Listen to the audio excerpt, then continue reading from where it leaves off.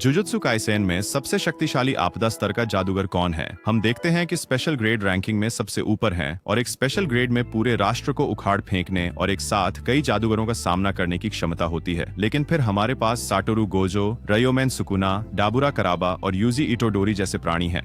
ये आपदा स्तर के राक्षस हैं, लेकिन सबसे कमजोर से सबसे ताकतवर तक कौन आता है? चौथे नंबर पर हैं सटोरू गोजो और उन्हें सबसे कमजोर कहना पहले से ही पागलपन लगता है, क्योंकि ये वही आदमी है जिसने आधुनिक युग पर राज किया और शिंजुकू में सुकुना को उसकी चरम सीमा तक धकेल दिया, यह दिखाते हुए कि क्यों उनका लिमिटलेस और 6 आइज कॉम्बो लगभग अछूत है। लेकिन उच्च विकास के आगे वह थोड़ा कम पड़ता है। तीसरे नंबर पर हैं रयोमेन सुकुना, शापों के राजा, हेयान युग की एक चलती फिरती आपदा जिससे सब डरते हैं। पूरी सेनाएं भी उसे गिरा न सकी।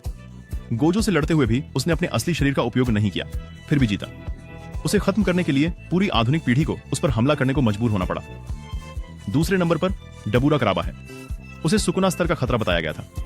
उसकी शक्ति पहले अस्पष्ट थी, पर सामने आने पर वह भयानक थी।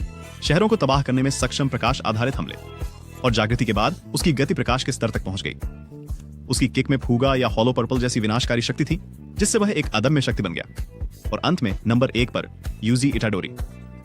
अंत तक यह व्यक्ति इंसान से भी बढ़कर, सुकुना से भी बढ़कर कुछ बन जाता है।